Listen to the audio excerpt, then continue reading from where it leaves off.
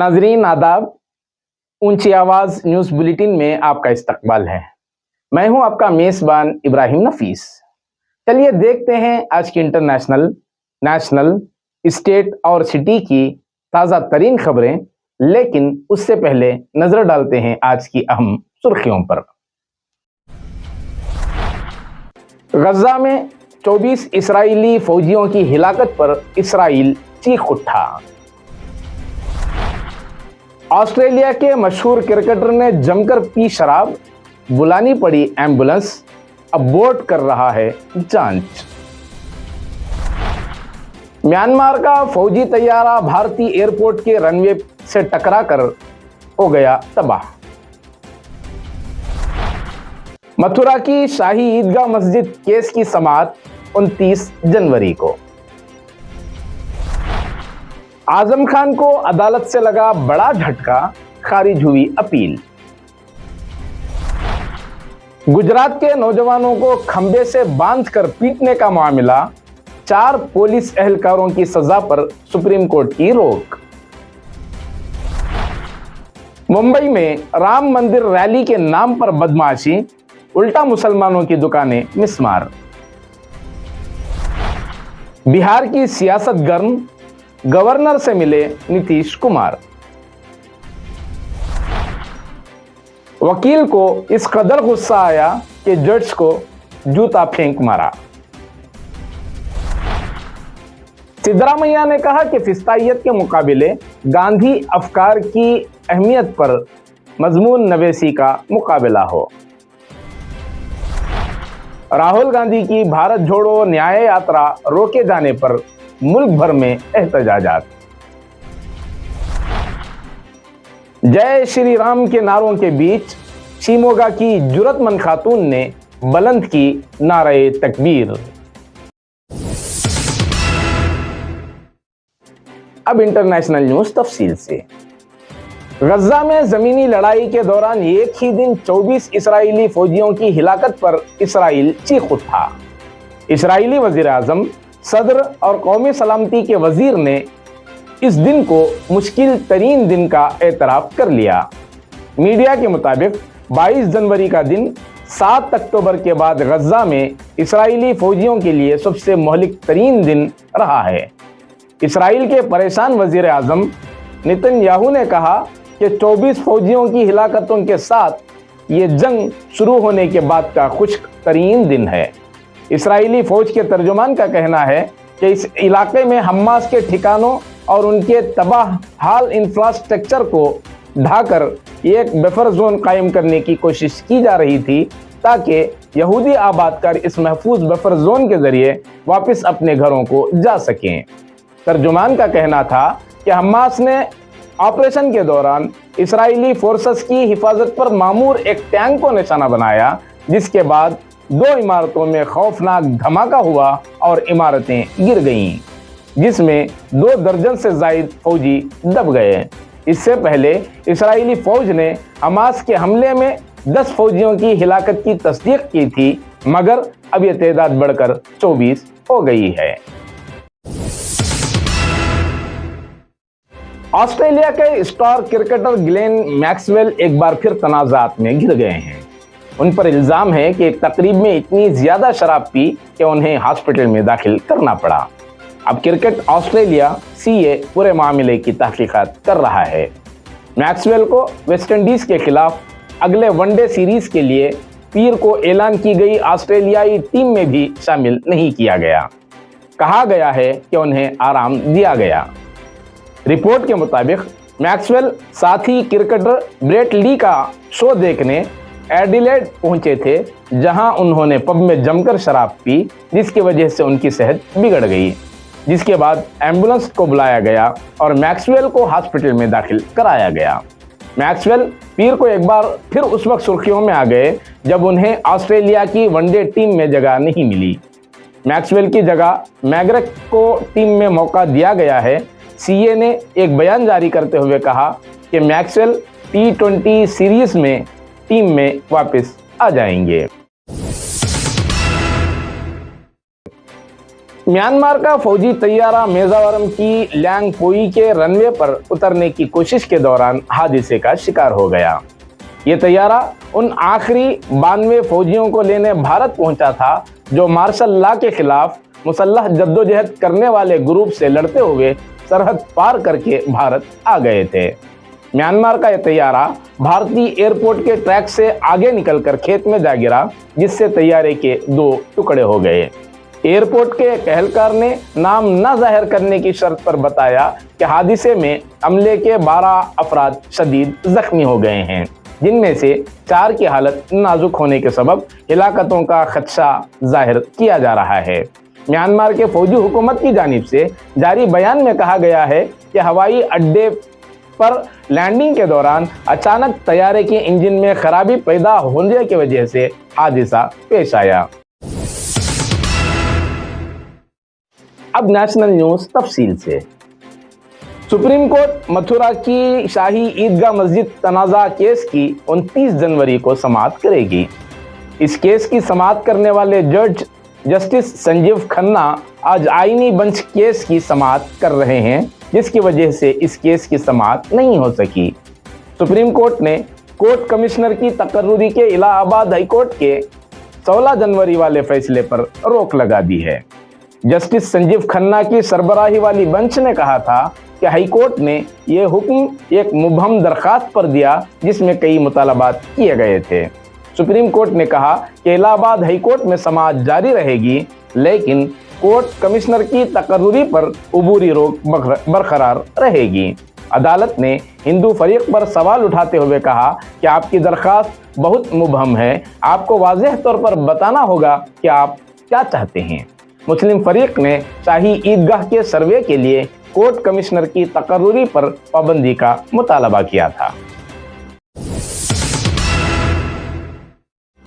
उत्तर प्रदेश में MP MLA session court ने साबिक वजीर और एसपी लीडर आजम खान की अपील को मुस्तरद कर दिया है। उन्होंने 2 साल की सजा के खिलाफ अपील दायर की थी। यह मामला 2019 के लोकसभा इंतखाबी मुहिम के दौरान नफरत अंगेज तकरीर से मुताल्लिक था, जिसमें आजम खान को कसूरवार करार देते हुए एमपी एमएलए कोर्ट ने उन्हें सजा सुनाई थी। फैसले को चैलेंज करते हुए उन्होंने सेशन कोर्ट में पनाह ली थी, जहां से उन्हें कोई राहत नहीं मिली। इस वक्त आजम खान अपने बेटे के बर्थ सर्टिफिकेट के 2 केसों में सजा याफ्ता होने के बाद सीतापुर जेल में बंद हैं। वहीं उनके बेटे अब्दुल्ला आजम हरदोई और अहलिया तंजीन फातिमा रामपुर जेल में बंद हैं। याद रहे कि लोकसभा इंतखाबी मुहिम के दौरान आजम खान पर शहजाद नगर थाना इलाके के धमोरा में नफरत अंगेज तकरीर करने का इल्ज़ाम लगा था, जिसमें उन्होंने वजीर आजम मोदी और वजीर आला योगी पर तबसरा किया था। सुप्रीम कोर्ट ने गुजरात में मुस्लिम नौजवानों को खंबे से बांधकर मारने के इल्जाम में 4 पुलिस एहलकारों की 14 दिन की कैद के हुक्म पर रोक लगा दी। जस्टिस BR गवाई की सरबराही वाली बेंच ने अपील को समाअत के लिए कबूल कर लिया, मगर पुलिस के रवैये पर तनकीद की। दरअसल पुलिस ने यह कार्रवाई साल 2022 में गरबा प्रोग्राम के दौरान पथराव के बाद की थी और 19 अक्टूबर 2023 को गुजरात हाई कोर्ट ने 4 पुलिस एहलकारों के खिलाफ तौहीन अदालत की कार्रवाई की थी और उन्हें 14 दिन की कैद की सजा सुनाई थी। गुजरात हाई कोर्ट ने जिन पुलिस एहलकारों को सजा सुनाई है, उनमें येवी परमार, DB कमावत, लक्ष्मी सिंह कनक सिंह डाभी और राजू भाई डाभी भी शामिल हैं। इन 4 पुलिस एहलकारों ने हाई कोर्ट के हुक्म को सुप्रीम कोर्ट में चैलेंज किया था।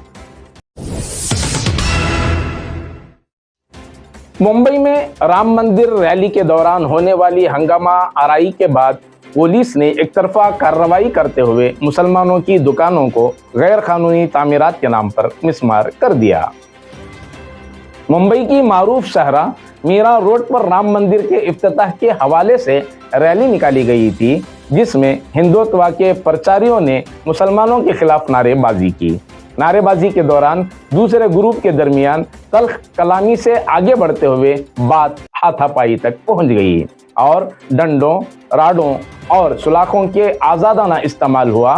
मुंबई पुलिस ने सीसीटीवी फुटेजेस की मदद से 13 अफराद की शनाख्त करके उन्हें गिरफ्तार करने का दावा किया है, मगर उनकी शनाख्त जाहिर नहीं की गई।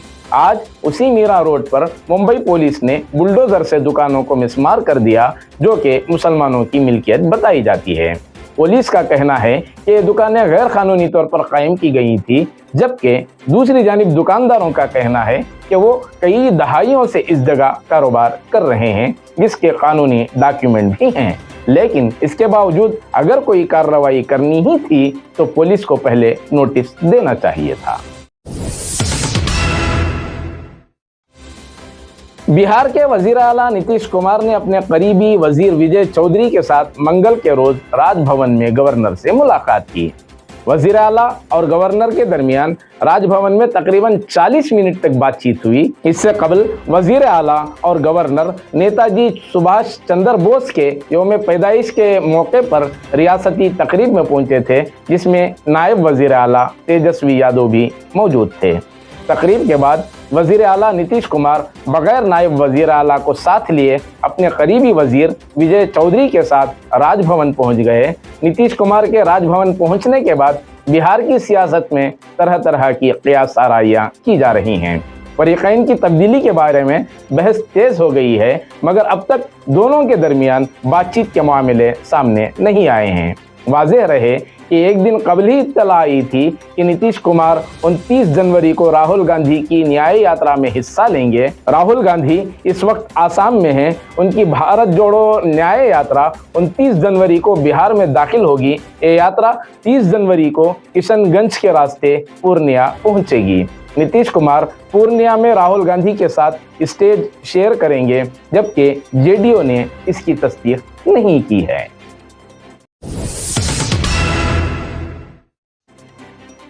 मध्य प्रदेश की एक अदालत में हैरत अंगेज मामला पेश आया, जहां समाअत के दौरान वकील को जज पर इस कदर गुस्सा आया कि उसने अपना जूता जज पर फेंक मारा।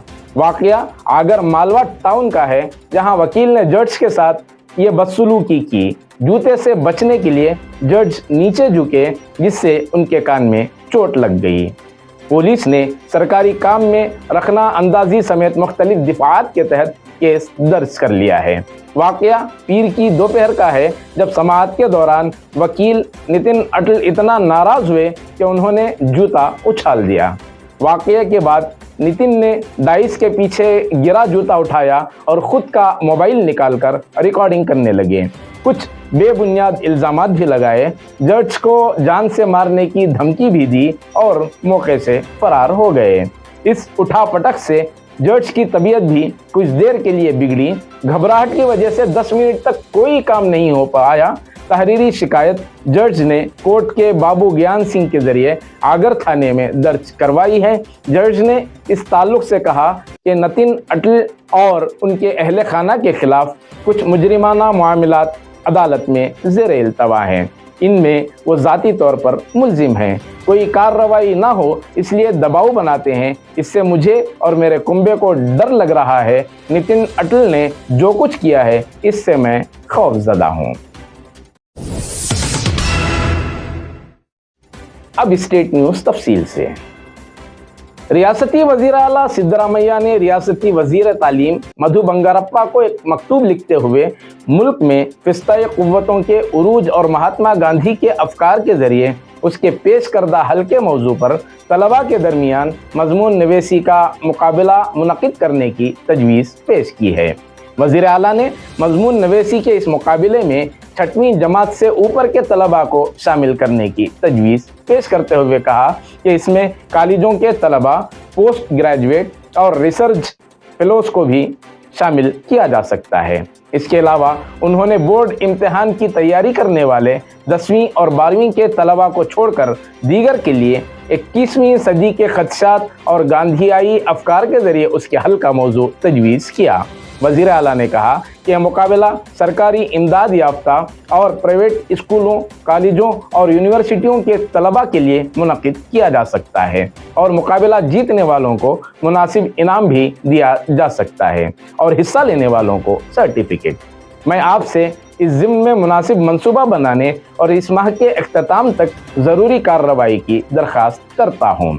सिद्धरामैया ने कहा कि बड़ी तादाद में लोगों के ज़रिए बोले जाने वाली ज़बान दीगर छोटी ज़बानों को निगल रही है और ये हकीकत है कि अगर कोई कौम अपनी ज़बान खो रही है तो गोया वो अपना वजूद खो रही है।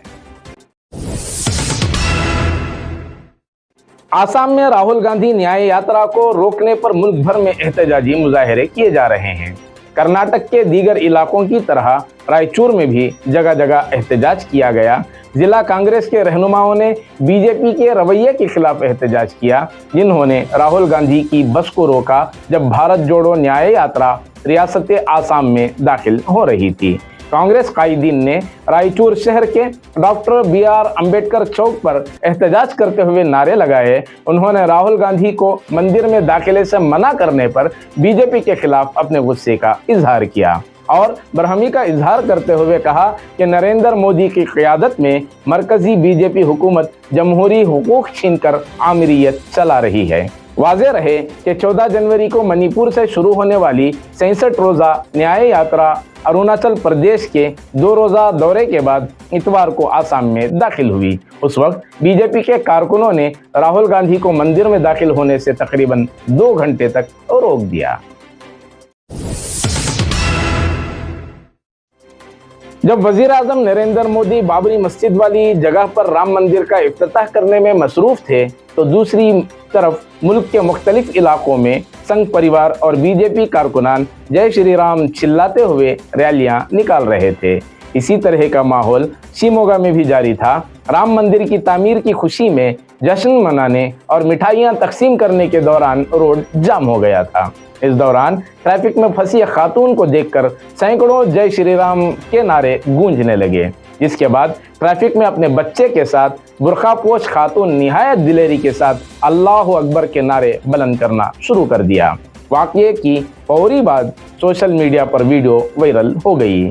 पता चला है कि वाक़या शिमोगा के शिवप्पा नायक सर्कल के करीब पेश आया, जहां बीजेपी के लोग पिंडाल डाले मिठाइयां तकसीम करते हुए पूरी सड़क को जाम कर दिया था। इसी दौरान वहां से एक बुरखापोश खातून अपने 3 साला बच्चे के साथ स्कूटर से गुजर रही थी, जिसे रास्ता देने के बजाय रोक दिया गया। इस खातून ने जब इसरार किया तो राम मंदिर के नशे में सरशार बीजेपी के लोग जय श्री राम के नारे लगाने लगे। ये देखकर इस खातून ने भी आवाज़ बुलंद अल्लाह अकबर के नारे लगाने शुरू कर दिए, जिसकी वजह से वहां का माहौल थोड़ी देर के लिए कशीदा हो गया। बताया जाता है कि हालात तशवीशनाक होने से पहले ही मकामी पुलिस ने समझदारी दिखाई और खातून समेत बच्चे को पुलिस जीप में बिठाकर महफूज मकाम पर ले गई। याद रहे कि फरवरी 2022 में भी इसी तरह का एक वाक़या कर्नाटक के मंडिया में पेश आया था, जब मुस्कान नामी तालिबा ने अपने कॉलेज के बाहर भगवादारी तलबा की तरफ से जय श्री राम के नारे लगाने पर अल्लाह अकबर के नारे लगाते हुए पूरी दुनिया की तवज्जो अपनी जानिब मबजूल करवाई थी। नाजरीन, ये थी ताज़ा तरीन खबरें जो आपके सामने पेश की गई। हमें पूरी उम्मीद है कि आपने जिस तरह आज तक अपनी अपनाइयत का इजहार किया, बिल्कुल वही ताउन आप आइंदा भी जारी रखेंगे। इसी के साथ दीजिए इजाज़त, फिर मुलाकात होगी ताज़ा तरीन खबरों के साथ।